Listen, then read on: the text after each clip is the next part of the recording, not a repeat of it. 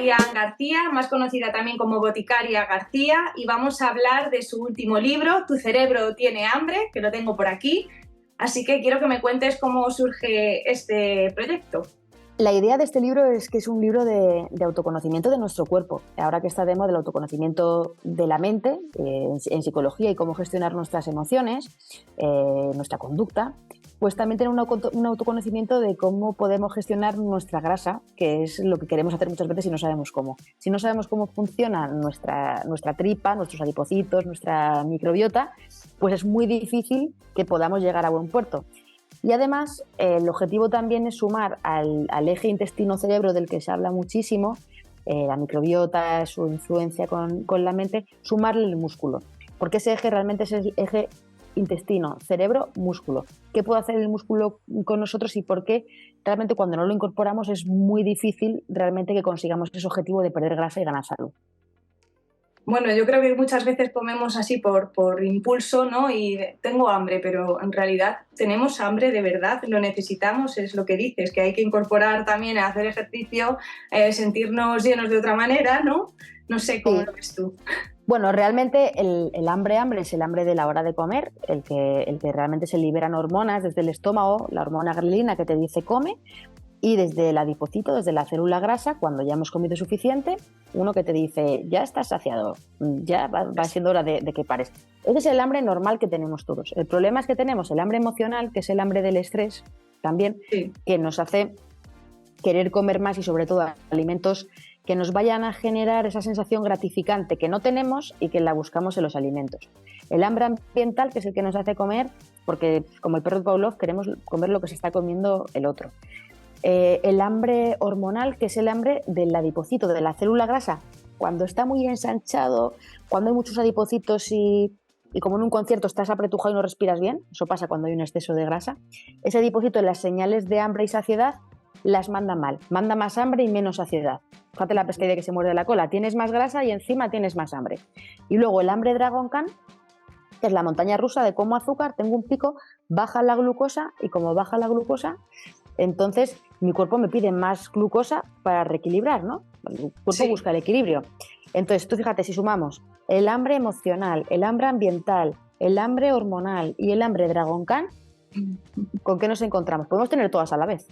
Totalmente. Yo, desde lo que has estado contando, yo he vivido eso en alguna situación de mi vida. O sea, bueno, el hambre por aburrimiento es el que más se repite en mi vida, también te digo. Claro, pues, pues entonces ahí la clave... la clave está en que seamos conscientes de que esto ocurre, ¿no? Claro. Es súper importante que seamos conscientes de que tenemos ese hambre emocional, que no es un hambre de verdad, para saber qué estrategias tenemos que hacer. Si no somos capaces de distinguir un hambre de otro, vamos a comer sin más. Claro. Bueno, yo quiero enlazar un poco este libro con otro que habías escrito previamente, que es el jamón de York no existe, que ahí dabas consejos sobre cómo hacer una compra saludable y todas las trampillas que podemos tener en los supermercados. ¿Cómo podemos relacionarlo con este libro? ¿Cómo lo podemos usar como herramienta? Mira, este libro anterior, El jamón de York no existe, lo que nos daba son las pautas para ir al supermercado y saber qué alimentos comer. Se enlaza muy bien y además tiene que ver con el hambre emocional, porque si nosotros en casa hemos hecho muy buenas elecciones y hemos hecho una buena compra, cuando tengamos ese hambre emocional y tengamos el cortisol por las venas que te dice vete a la nevera y ataca eso, eso que te vas a encontrar va a ser un chocolate de 85%. Porque has sabido elegir un buen chocolate y vas a elegir un chocolate con un porcentaje importante de cacao. O vas a ir a la despensa y vas a coger unos anacardos, pero unos anacardos que van a ser unos anacardos crudos o tostados, no van a ser fritos con miel y con un popurrí de glutamato. Entonces, enlaza muy bien uno con otro, porque realmente para las estrategias que necesitamos para gestionar el hambre emocional es importante saber elegir. También porque en el libro hablo muchísimo de inflamación. Para mí la inflamación y todo el proceso inflamatorio que ocurre en las células, le decíamos, cuando el adipocito está inflamado, pegado uno con otro, no respira bien y se inflama, eso manda señales erróneas. Si queremos ayudar en este proceso, necesitamos alimentos antiinflamatorios. ¿Cómo elegimos alimentos antiinflamatorios? Si sabemos leer etiquetas, si sabemos elegir pues un buen aceite de oliva virgen, por ejemplo, o sabemos elegir realmente los alimentos integrales que tienen fibra. Para tú saber elegir cómo un alimento tiene que ser realmente integral, tienes que aprender a leer etiquetas. Las ¿no? etiquetas, totalmente. El pan, la legislación del pan cambió hace unos años y ahora si pone integral, principalmente tiene que ser integral, pero esa legislación no ha cambiado para las galletas, por ejemplo. Entonces ahí nos engañan bastante, ¿no? Claro, sí. Bueno, a mí no me gusta decir que nos engañan porque cumple la legislación. Luego tú lo lees por detrás y lo pone, pero visualmente nos llama la atención. Nos inducen al error. Claro. Sí, digamos que nos inducen al error, ¿no? Y entonces, claro, eso de que te induzcan al error no es engañar, pero no es ético tampoco, ¿no? Digamos que juegan un poco a la confusión. Entonces, claro, si tú sabes leer etiquetas y sabes elegir cómo es un buen pan integral o cómo son unos buenos cereales integrales, ¿no? En ese caso, tú vas a poder tomar alimentos, bueno, pues más antiinflamatorios y eso va a ayudar a tu adipocito. Entonces, es una conexión. Claro. Con todo, pero sí que es cierto que yo me di cuenta que igual había hecho un poco el proceso al revés, porque me estaba yendo al supermercado a comprar los alimentos antes de saber qué estaba pasando en mis tripas. Y al final creo que para tomar realmente el control, ¿no?, sobre la acción y entender, ya que es tan difícil, nos cuesta comer bien, ya que es tan difícil hacer ejercicio, o nos cuesta sacar el tiempo hasta que nos ponemos en ello, si no entendemos el para qué, va a ser muy difícil. Y en este libro de lo que hablo es eso, ¿no? Entender qué es lo que está pasando en tu músculo, por qué hay que alimentar, hay que darle cariño al músculo, por qué hay que darle cariño al adipocito. Muy bien. Has hablado de las inflamaciones, bueno, no sé si tiene relación, pero bueno, ahora parece que no que esté de moda, parece que todo el mundo tiene problemas intestinales, de SIBO. ¿Por qué? ¿Por qué ahora todo el mundo tiene SIBO? Porque SIBO tiene un nombre muy molón. Claro, la colitis ulcerosa o el síndrome del intestino irritable, eso no le mola tener a nadie. Nadie te dice, pero tú llegas y dices, tengo SIBO. Y es como, uy, ¿y eso qué es? ¿Qué es? Bueno, al final es sobrecrecimiento bacteriano en el intestino delgado, que al final tienes más bacterias en el intestino delgado, donde no toca, antes que en el colon, y ahí se comen los alimentos y generan unos gases que te provocan flatulencias, digamos, malestar abdominal, esos síntomas que bueno, son síntomas muy comunes a otras muchas patologías, que puede que no sea SIBO y sea otra patología, y que a un especialista en aparato digestivo le cuesta muchísimo hacer un diagnóstico diferencial, pero tú que eres muy listo y te has comprado un test por internet, vas a tener el diagnóstico en un momento. Ojo con esto porque es complicado. El SIBO, cuando es SIBO de verdad, realmente necesitas antibióticos para tratarlo y eso tiene que pautarlo un médico y ver cuándo y cómo, ¿no? tiene que hacerlo. Las causas pueden ser desde problemas anatómicos o a través de una cirugía o porque se hayan tomado fármacos, o sea, puede haber muchas causas. El diagnóstico es realmente complejo. Entonces, ¿qué es lo bueno? Hay que sacar lo bueno de todas partes. ¿Qué es lo bueno de que el SIBO esté de moda? Que se habla más de microbiota. Si se habla más de microbiota, vamos a hablar más de alimentación probiótica. Vamos a hablar más de comer más fibra, más fermentados. Ahora, no todo el mundo tiene que hacer una dieta restrictiva de determinado. No, claro. Sí, no todo el mundo tiene que hacer esa dieta. Te vas a meter en el lío de hacerla por tu cuenta, no es que necesitas un diagnóstico. Entonces, bueno, es un tema que se ha puesto muy de moda, que yo en el fondo no creo que sea malo que se hable de esto, pero que sí que hay que poner dentro de su contexto. Otro tema que tratas que me gusta también es como comparar lo que es la dieta y lo que es una intervención nutricional, que yo no lo había oído nunca de esa manera. Yo creo que la palabra dieta ya tiene muchas connotaciones negativas o porque muchas veces llevan al fracaso las dietas. Entonces, lo de intervención nutricional a mí me suena mucho mejor y además suena menos restrictivo. Bueno, para empezar, la palabra dieta viene del griego, dieta, y dieta lo que significa para los griegos era el estilo de vida en completo, lo que comes, el ejercicio, relaciones sexuales, la mente, o sea, si un griego hubiera escuchado la dieta de la alcachofa, hubiera dicho, pero ¿cómo la dieta de la alcachofa? Si dieta es todo de la alcachofa, o sea, lo hemos reducido a una simplificación, ¿no? Entonces, por un lado, me gusta entender la palabra dieta dentro de su conjunto, pero sí que es verdad que como está asociada a cosas tan negativas y además la dieta se entiende como dieta del cajón, la dieta universal, y no hay ninguna dieta que sea universal para todo. Es mejor desterrar ese concepto y el de intervención nutricional, que yo lo llamo in, porque si no estás in, estás out. O sea, tienes que hacer una intervención nutricional y si no te quedas fuera de que la cosa pueda funcionar. Porque el 90% de las dietas, entre el 85 y el 90% de las dietas, al cabo de 6-9 meses fracasan y se recupera el peso. Porque no es una intervención. Entonces, para hablar de qué debemos comer, claro, yo en el libro establezco el semáforo de las dietas, el rojo, las dietas keto, que no. Esas están en el ámbar, la keto y el ayuno intermitente estarían en ámbar porque son modelos nutricionales que pueden ser útiles, pero que deberían tener una supervisión y que no son para todo el mundo. Y luego en el verde, al final un poco como resumen de todas las dietas o los modelos nutricionales, yo he montado los pilares de la dieta, ¿no? Que son como cuatro pilares que vienen de un modelo sueco, pero yo los he puesto como con sabor mediterráneo, ¿no? O sea, a ver qué dicen los suecos y lo adaptamos a nosotros. Y al final esos pilares es una intervención nutricional porque yo no te voy a decir come 500 gramos de nada. Tú lo que tienes que saber y la evidencia lo que te dice es que tienes que comer, hay algunos alimentos de los que tienes que comer más, hay alimentos que tienes que comer menos, hay alimentos que debes cambiar unos por otros y luego hay un cuarto pilar, que ese es súper importante, que es el de no comer mucho.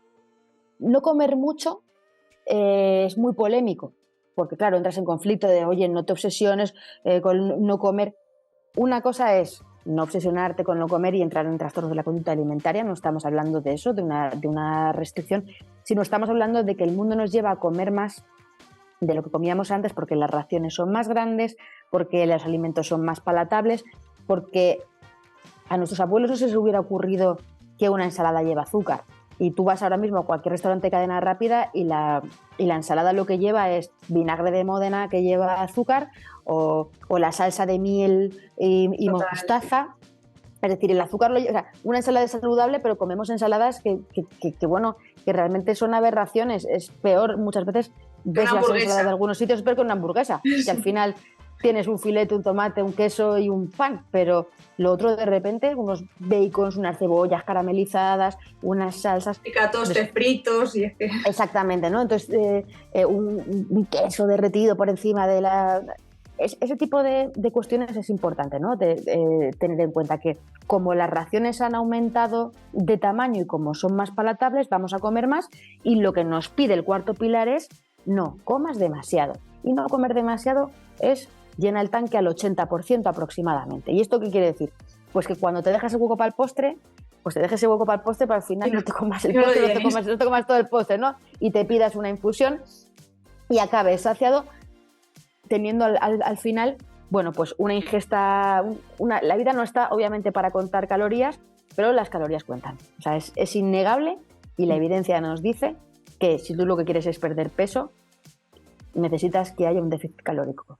Total. No hay más. El déficit calórico se genera mediante la alimentación o mediante el ejercicio. Pero mediante el ejercicio tendrías que hacer a lo mejor unas 3 horas al día de ejercicio intenso para generar un déficit que sea razonable. Con lo cual, alimentarnos bien y alimentarnos no demasiado es fundamental.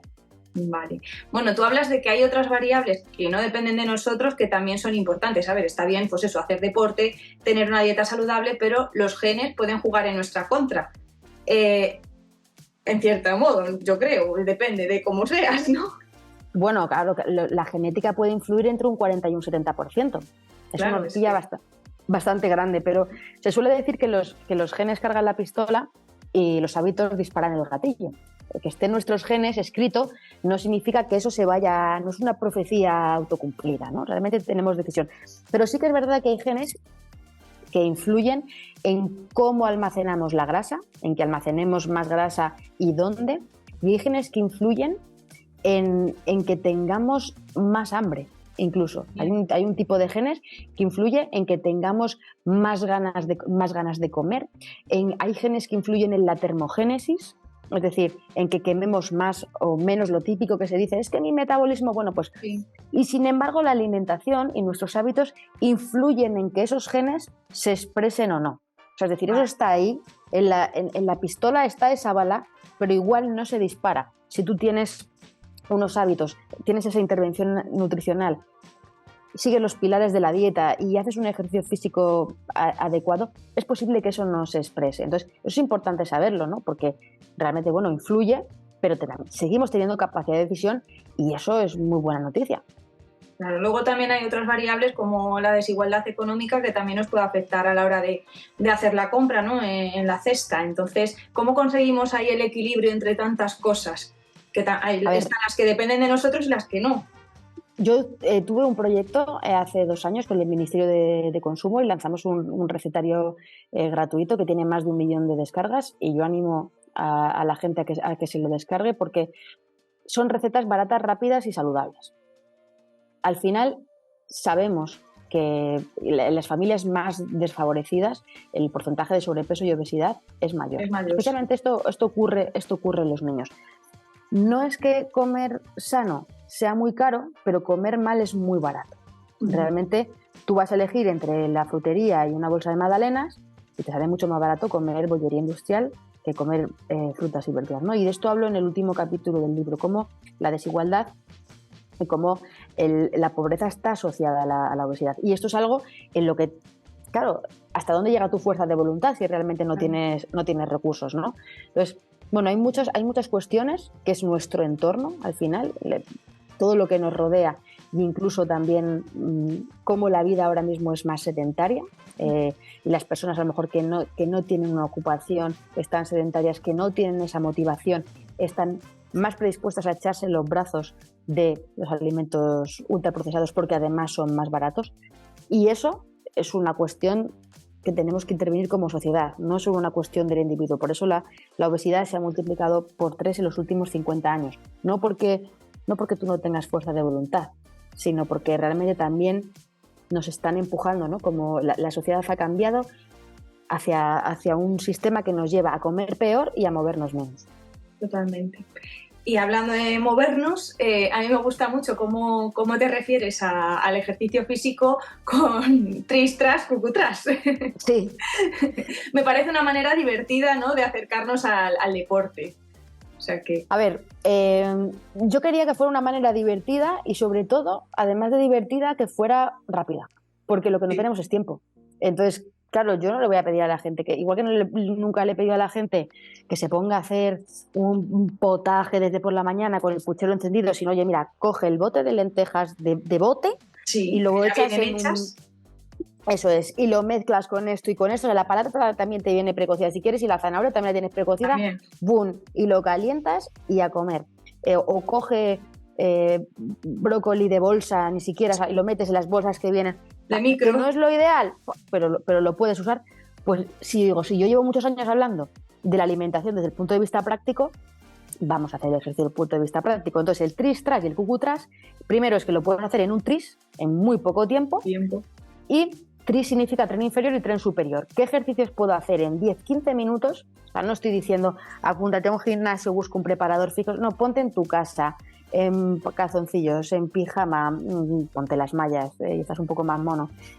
Hacer 10-15 minutos de ejercicio con una serie de circuitos que ha preparado el doctor Javier Butragueño, que es doctor en Ciencias de la Actividad Física y el Deporte, sobre qué circuito tiene evidencia que es útil y en qué tiempo para hacer entrenamiento de fuerza en el tren inferior y tren superior, tris, el tras, que es el trabajo de abdomen sexy, el core, las planchas, por ejemplo, que yo las odio con todas mis fuerzas. Yo también. Y el cucutras, que es el cuerpo cuádriceps y trasero, ¿no? Eso ya es un nivel más pro. Sí. Bueno, claro, el tras, ¿no? El tema del trabajo abdomen sexy, de las planchas, a mí puede que no me guste, pero es un peaje que hay que pagar en ocasiones. Pero hay muchos ejercicios que sí me gustan. Es decir, es como la comida. Oye, si a ti no te gusta el brócoli, pues no comas brócoli, pero a lo mejor te gustan las alcachofas, o a lo mejor te gustan las espinacas, o a lo mejor no te gustan las espinacas, pero hay alternativas. te gusta la rúcula. En el ejercicio también hay alternativas. Siempre vas a encontrar ejercicios aeróbicos al que mi hijo, por ejemplo, no le gusta jugar al fútbol, pero le gusta nadar. A mí pues me gusta jugar al bádminton y no me gusta jugar al baloncesto, por ejemplo, ¿no? Elige el que te gusta y encima si lo haces acompañado, mucho mejor. Con el entrenamiento de fuerza pues bueno, también hay distintos tipos de ejercicio. No es lo mismo hacer sentadillas que hacer una plancha, que hacer pesas, que hacer bandas, o sea, hay que hacer remos, hay muchísimas estrategias. Entonces, ¿qué es lo ideal? Pues igual que es ir a un nutricionista, lo ideal es ir a un preparador físico, tener un entrenador que esté capacitado y que tenga una cualificación. Pero como no siempre lo vamos a hacer, pues igual que proponemos estrategias de estos pilares de la dieta con pautas básicas de qué comer, también proponemos estos ejercicios básicos que yo creo que pueden ser muy interesantes. Tanto estos ejercicios básicos del tris tras QQ-tras, que es entrenamiento de fuerza, que además nos mojamos en qué es un aprobado, qué es un notable, qué es una matrícula de honor, cuántos minutos a la semana, los pasos, o sea, nos metemos en todos esos jardines. Y además de eso hablamos de los Kit Kat, que son los snacks de ejercicio que hay que hacer para romper el sedentarismo. Porque aunque tú hagas tu tris y en vez de 15 minutos sea de media hora, si te vas a pasar 8 o 9 horas sentado, como estamos así ahora nosotras, eres una persona sedentaria. Eres una persona sedentaria que hace CrossFit, pero eres una persona sedentaria. Yeah. Y te vas a tener que levantar cada hora o cada 2 horas para romper el sedentarismo si no quieres que en tu cuerpo se generen procesos metabólicos que a la larga no van a ser beneficiosos. ¿Qué puedes hacer? Subirte al piso de arriba, bajar, ir a por agua, ir al baño, ir a la calle, dar un paseo. Puedes ponerte y levantarte sobre las puntas de los pies, sobre los talones. Ahí puedes levantarte de la silla y sentarte. Algo que a tu cuerpo le diga, dame movimiento que estoy vivo, ¿no? Y eso es muy importante. Sí. Bueno, también hablas en el libro, o cuando lo introduces, pues que las redes sociales, bueno, a ti te han venido de lujo, ¿no? Porque nos has ayudado muchísimo también a la gente que tenía muchas dudas sobre salud, pero juegan a veces malas pasadas, sobre todo pues eso, con las dietas, con medicamentos, quita grasa. Entonces, ¿cómo luchas contra los bulos, contra la información no contrastada, contra todo eso que en realidad no tiene validez? A ver, realmente es complicado porque es un arma de doble filo. Por un lado es un espacio estupendo para encontrar información, pero no es un espacio seguro, ¿no? Porque realmente no hay un filtro. Obviamente hay una libertad y eso es muy positivo, pero la contrapartida es que al final cada uno puede decir lo que quiera y no hay ninguna policía de Instagram, no hay ninguna revisión, ¿no? al respecto sobre lo que uno publica. ¿Cuál es el problema? Que cuando alguien ve a lo mejor algo en la tele o lee algo, pues lo lee, le puede parecer mejor o peor, pero cuando tú sigues a un influencer o un gurú nutricional que da una serie de pautas nutricional o de ejercicio físico y tú confías en su criterio porque se ha ganado tu criterio, o sea, tu confianza y tu cariño, pues es mucho más fácil que caigas en sus redes, ¿no? Y que confíes en él porque hay un vínculo emocional. Y este vínculo emocional es fantástico. Y hay cuentas en Instagram maravillosas que gracias a ese vínculo que también se genera entre personas, porque nos gusta seguir a personas, no nos gusta seguir al Ministerio de Sanidad, ni a la Diputación de Cádiz, nos gusta seguir a fulano cooking o a fulano trainer, porque nos sentimos identificados, ¿no? Y tienen nuestra edad. Pero lo importante es que el fulano cooking o fulana trainer se pongan la gorra de la ciencia, ¿no? Porque si no, tenemos un problema. Entonces, bueno, al final también yo creo que un poco la clave es que los profesionales sanitarios, los propios médicos, farmacéuticos, enfermeras, empiecen también a prescribir cuentas de salud. Creo que esto es importante. Hablamos de cómo saber cuál es la información. Pues los propios profesionales sanitarios son los que deberían, ¿no?, prescribir este tipo de historias. Es difícil, pero yo soy muy positiva con esto. Yo sí que tengo la suerte y creo que es un gran privilegio de ver cómo todos los días a mí me escribe gente y me manda fotos de su comida y me dice, mira, Boti, le he puesto más Portugal, tiene más verde y más rojo, ¿no? Yo siempre digo, que tu plato se parezca a la bandera de Portugal, más verde y más rojo.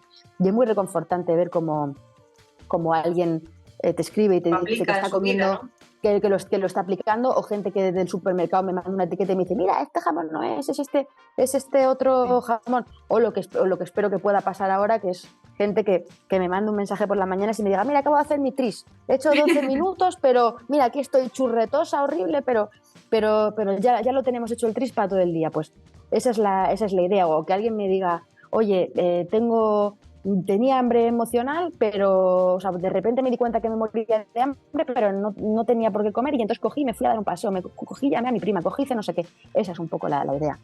Bueno, ¿y qué es lo que te llevas tú de tu parte divulgativa? O sea, ¿qué es lo que más te reconforta, más allá de esto que me acabas de contar? Bueno, yo realmente, a mí es que realmente me ayuda a mí misma. O sea, para mí es un compromiso real. Yo, el hecho de tener que, por ejemplo, el hecho de tener que haber escrito este libro y el hecho de hacer la divulgación en redes y de formarme y prepararme, a mí me ha hecho ser consciente de que realmente yo, por ejemplo, no estaba haciendo entrenamiento de fuerza. Es que no lo estaba haciendo. O sea, era una cosa que no entraba en mi vida. Y entonces empecé poco a poco y a medida que fui escribiendo el libro, yo empecé haciendo más pasos, y luego empecé trotando, luego ya corriendo un poco más, luego el ejercicio de fuerza, y ha sido progresivo. ¿Por qué? Porque a mí me ha ayudado, ¿no?, a darme cuenta de que realmente lo necesitaba. Entonces creo que es muy bueno y creo que es muy, muy motivador, y que las conexiones que se generan entre las personas en redes son fundamentales, ¿no?, para que haya adherencia. Al final no sirve de nada tener un gancho, hacer algo muy boom, fosfacina un día si no lo puedes mantener en el tiempo, y las redes te permiten esa continuidad. Bueno, pues nos quedamos con eso. Muchas gracias, Muy Boticarias. bien, pues muchísimas gracias, un placer.